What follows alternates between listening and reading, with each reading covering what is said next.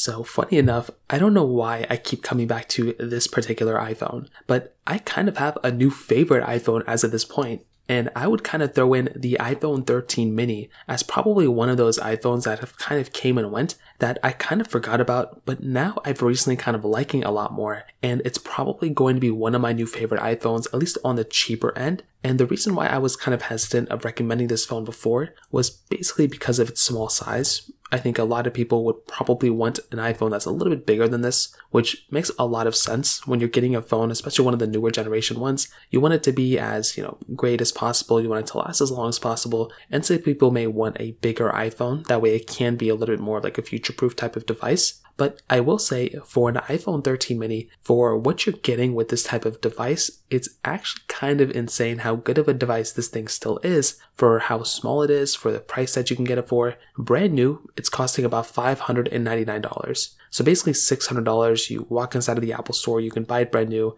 But if you buy it in the used market, this thing is substantially cheaper. You can buy this thing for probably less than $450 quite easily, but especially less than $400, probably even easier if I'm being completely honest. You can buy them all day for less than those prices. And that is a very, very good price to pay, again, for a device like this. You're not having to spend a ton of money on it. And when I actually break down what's inside of this device, first of all, you're getting a very decent display. It's smaller than a lot of other devices now, but it's a very small display. And it's a very good display at that. So that's a really big asset that you're getting with this phone that, yeah, it's in the smaller size, but it's actually in a pretty decent footprint and it's very portable and you don't have to worry about this phone being all over the place or being annoying or being big. It's a very good sized phone. The performance of this phone as well is still very, very good. It's one of the best performing iPhones. Yes, it doesn't have as great of a chipset as the iPhone 14 Pro, and it doesn't have as much RAM as that phone, but it actually almost has the same chipset as the iPhone 14,